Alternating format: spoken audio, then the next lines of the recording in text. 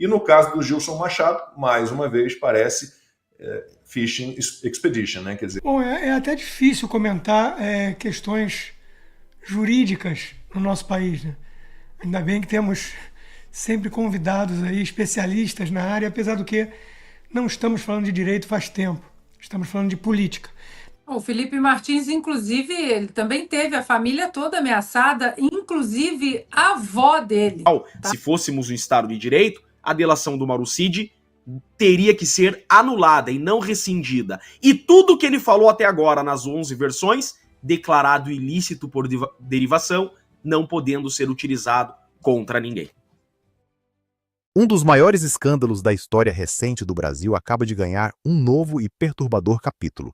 O nome por trás das delações que sustentam o inquérito de Alexandre de Moraes contra Jair Bolsonaro, o tenente-coronel Mauro Cid, foi flagrado pela terceira vez em vazamentos explosivos que revelam o que pode estar acontecendo nos porões da República. Segundo a revista Veja, Cid estaria sendo pressionado, coagido e manipulado não apenas por membros da Polícia Federal, mas possivelmente pelo próprio relator do inquérito no STF. A cada nova revelação, uma pergunta inquietante se repete. Até onde vai o poder daqueles que deveriam garantir a justiça? Quem realmente está no comando das investigações?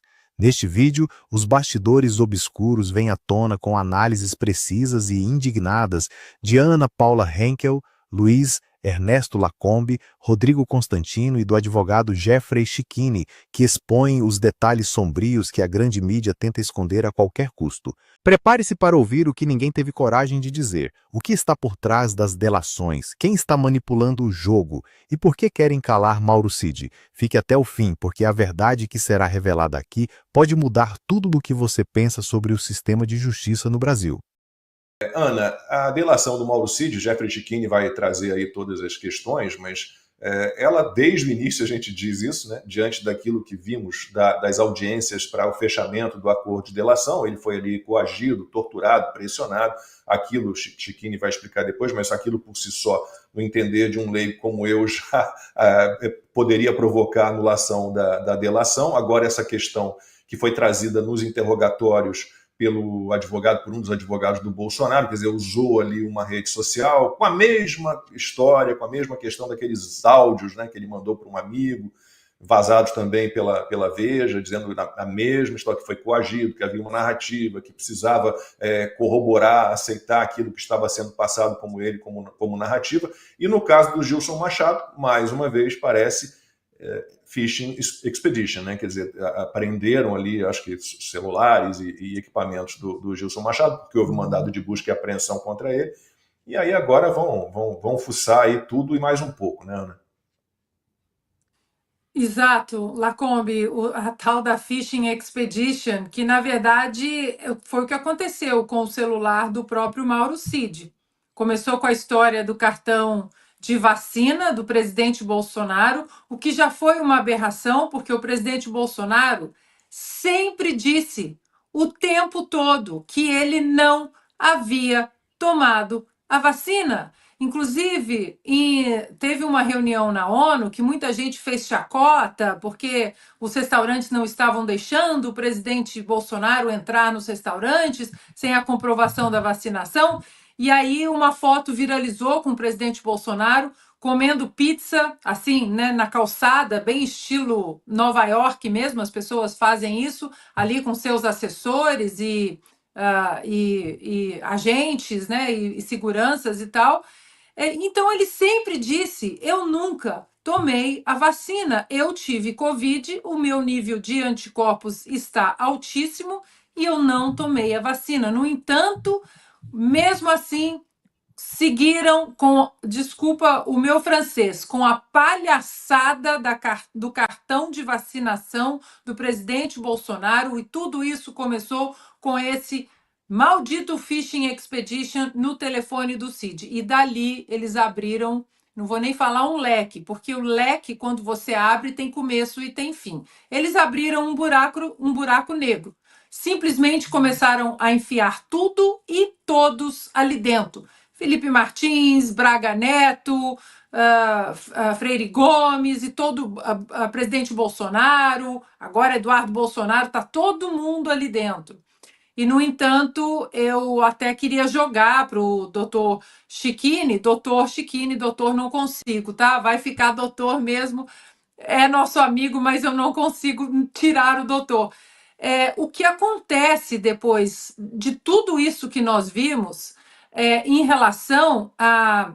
Nós temos, se eu não me engano, 11 delações do CID, 9 que foram usadas, 2 descartadas, e toda a denúncia, toda a peça da PGR, as 272 páginas, tudo embasado nas denúncias, né, na colaboração premiada do Mauro Cid. Quando você vai para essas 2 sessões que nós vimos, que o Brasil todo viu, e os Estados Unidos também, diga-se de passagem, nada, absolutamente nada corrobora as versões do Cid. E aí a questão é, nós temos Braga Neto ainda preso, nós temos Felipe Martins com a meia liberdade, com tornozeleira eletrônica, sem redes sociais, sem poder dar entrevista. A revista Oeste já solicitou, pediu para o Alexandre de Moraes, ele deu de ombros, isso já tem mais de 2 meses, ele nem sequer respondeu o pedido da revista Oeste. Ele precisa se apresentar toda segunda-feira no fórum para dizer que está ali, continua praticamente preso, e agora a sensação que eu tenho, doutor Chiquini, é que o castelo de areia que foi montado em cima dessas delações fajutas do Cid caiu. E agora ele precisa, Alexandre de Moraes, abrir uma nova frente agora com o ex-ministro Gilson Machado. É a minha impressão, porque nada do que foi construído para de pé depois desse confronto, né, de todos os testemunhos com as delações do Cid, inclusive com a peça da PGR. E um pequeno detalhe aqui, eu não sou jurista, não sou advogada, mas a sensação, doutor Chiquini, o despreparo do Gonê também, você vê que a pessoa completamente perdida dentro ali do inquérito. Você veja que, primeiro ponto, tecnicamente o Mauro Cid não é um delator. Aquilo não é uma delação premiada, vamos começar por aí. Delação premiada diz expressamente a lei de organizações criminosas que trata da delação premiada, que normativa a delação premiada. Delação premiada, você confessa um crime e você colabora para a descoberta de provas e de autores do crime que você praticou. O Mauro Cid, ele confessa um crime que não praticou e entrega inocentes sem provas. Isso tecnicamente não é delação premiada. Vejam a diferença da Lava Jato. Na Lava Jato, houve 177 delações premiadas. Os delatores, por exemplo, donos das maiores empreiteiras do país, empreiteiras que atuam no mundo todo, confessaram seus crimes, entregaram provas, PIX, por exemplo, da corrupção de agentes públicos e devolveram, repatriaram o dinheiro da corrupção que passou de bi. O Mauro Cid, ele dá 11 versões, por muito menos essa suposta delação, essa farsa dessa delação no Mauro Cid, que tecnicamente, então, delação não é, já teria caído. Por muito menos essa delação já teria sido rescindida. Só que eles não podem rescindir a delação do Mauro Cid. É aí que tá. Porque tudo que eles têm é o Mauro Cid. Na falta de provas, eles vão utilizar na sentença o Mauro Cid como substitutivo probatório. O que acontece aqui? A lei diz expressamente que quando o acordo ele é quebrado, que delação premiada nada mais é do que um contrato. É um acordo feito entre a defesa e a acusação. Esse acordo é o seguinte: eu confesso o crime, eu entrego provas do crime. Veja, o Mauro Cid não entregou nenhuma mensagem, não entregou nada. E eu entrego pessoas, eu contribuo com a investigação. O que se tem aqui é o Mauro Cid repete o que a investigação tem e o que a investigação quer que ele repita. Só que se eles rescindirem esse acordo do Mauro Cid, o que sobra? Não sobra nada. Nas ditaduras, faça um retrospecto histórico, tá? Por exemplo, Inquisição. Podemos pensar dessa forma. Historicamente, totalitários querem delações premiadas. Na ditadura, A delação premiada é a rainha das provas. Havendo uma delação premiada, você não precisa mais de prova. Por isso que ditadores querem tanto delação premiada. Porque eles têm ainda esse viés de que a confissão é a rainha das provas. Então, na falta de provas, basta ter a delação premiada. Basta ter a confissão. Só que um Estado de Direito, que ainda há quem defenda que estamos, a confissão não é suficiente para acusar e condenar pessoas. Em um Estado de Direito, junto com a confissão, você precisa de provas. O Mauro Cid confessa exclusivamente, não traz provas. Só que se eles rescindirem esse acordo do Mauro Cid, não sobra mais nada. Por isso que eles ficam nesse cabo de guerra com o Mauro Cid. Essa delação do Mauro Cid, do ponto de vista contratual, ela já deveria ter sido rescindida. E o termo é esse, artigo 4º, parágrafo 17 da Lei de Organizações Criminosas. Se o colaborador omitir algum fato relevante à investigação, o acordo é rescindido. Mas eles não fazem isso porque ficou bem claro. Além disso, esse acordo ele é nulo. Eu fui a primeira defesa a pedir a anulação desse acordo do Mauro Cid. Porque o acordo precisa ter voluntariedade. Veja pelos áudios que vazaram da Veja, e agora dessas mensagens que acabaram de vazar, e desse último áudio do Mauro Cid que acabou de vazar. Ele diz expressamente não ter voluntariedade na delação. Ele fala, eu contava, isso palavras do Cid, abro aspas, ele diz exatamente assim, eu contava o que eu sabia da reunião, eles diziam que não era aquilo, e que eles tinham outras informações. E eu, então, tinha que repetir as informações que eles me davam. Isso não é uma delação premiada. Delação premiada é contribuir com a investigação. Repetir o que os investigadores querem que o delator repita, o nome disso é papagaio de coação. Isso que é, o Mauro Cid é um papagaio dessa investigação. Ele repete o que querem que ele repita. Só que isso é criminoso. Isso é tortura. Por que tortura? A lei de tortura diz expressamente tortura-confissão. O que é a tortura-confissão? Da mesma forma que policiais já foram acusados pelo Estado de crime de tortura por terem coagido alguém a confessar um crime, isso é tortura.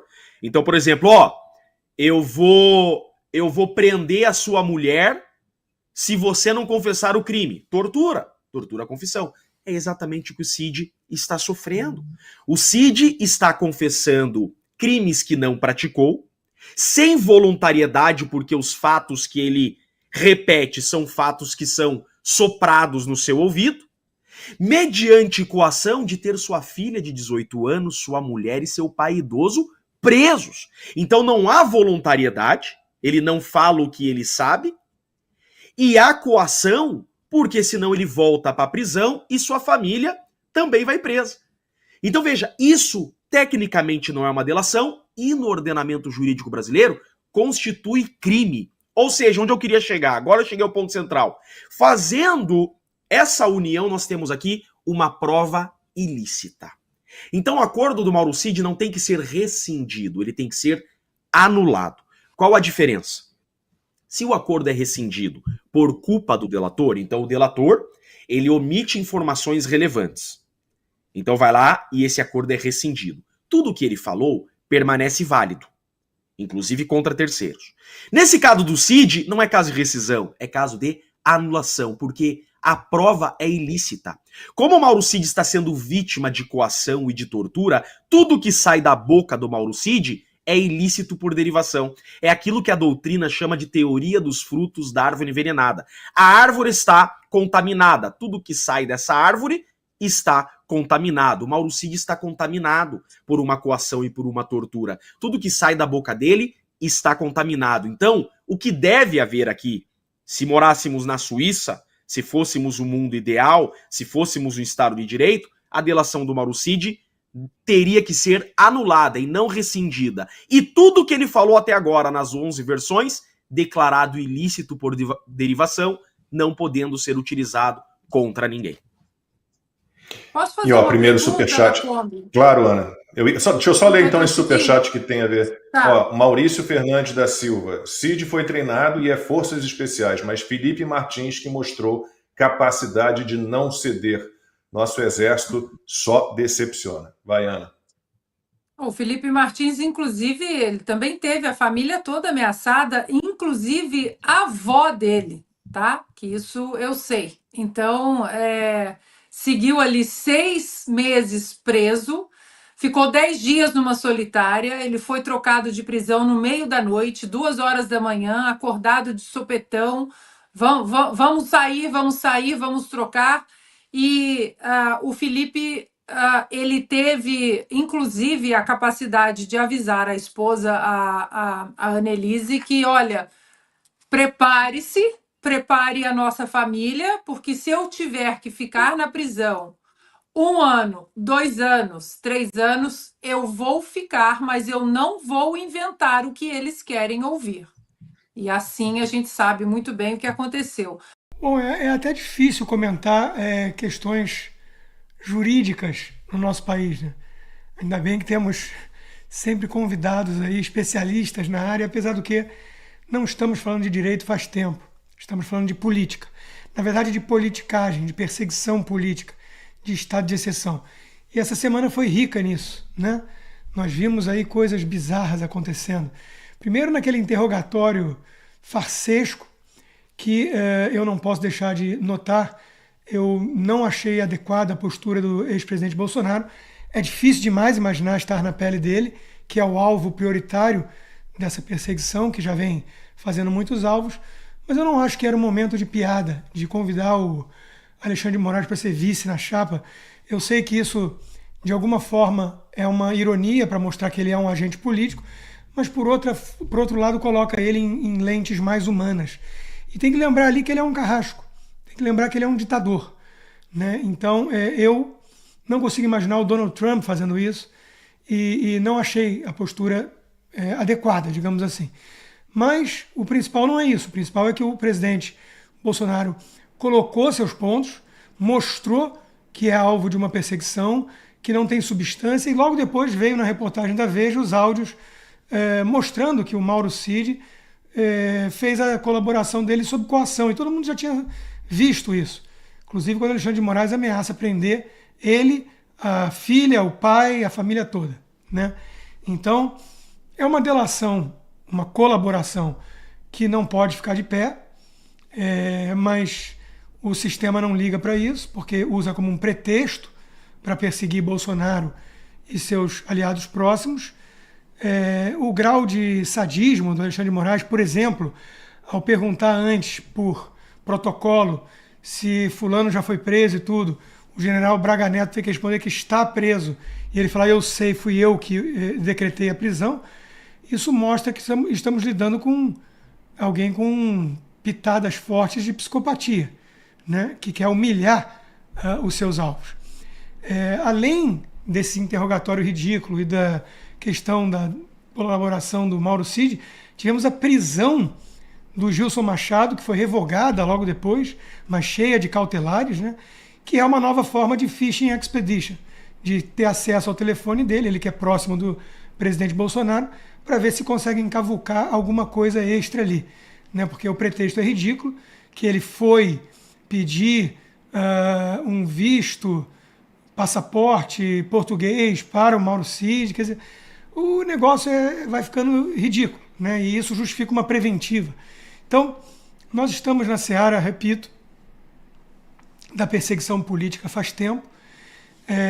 Nós vimos o ministro Barroso falando em censura abertamente, usando a palavra, talvez num ato falho, ele que gosta muito do sincericídio, né? Que já falou, nós derrotamos o bolsonarismo, não a mola, perdeu o Mané, e por aí vai, que pediu intervenção americana na eleição brasileira, enfim, cheio de confissões, e ele não é Santo Agostinho, né? Ele é um iluministro jacobino. Nós estamos vendo aí a configuração no Brasil de uma ditadura que avança cada vez mais para calar e perseguir toda a direita. Nesse cenário me causa muito espanto, Lacombe, a perspectiva que muita gente coloca em todas as fichas estarem depositadas numa aposta da eleição de 2026. Claro, nós temos que fazer o possível para eleger o máximo de senadores e o presidente e por aí vai. Mas nós temos que ser realistas. O sistema vai permitir que algo assim aconteça? Está dando todos os indícios de que não. Como vimos, os comentários de Ana Paula Henkel, Lacombe, Constantino e o Dr. Jeffrey Cicchini revelam um padrão extremamente preocupante: a instrumentalização da justiça para fins políticos, onde delações parecem estar sendo moldadas sob pressão e o Estado de Direito é colocado em segundo plano.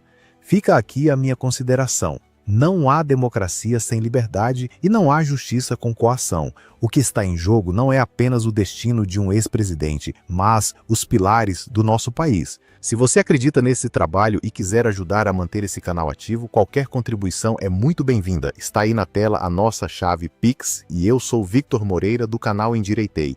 E peço que você deixe o like, compartilhe este vídeo e se inscreva se ainda não for inscrito. E mesmo que já seja, verifique se sua inscrição ainda está ativa, porque o YouTube tem removido inscritos de forma silenciosa, como parte dessa guerra de alcance contra canais conservadores. Uma ótima semana para você e sua família e até o próximo vídeo. Fiquem firmes e que Deus nos abençoe.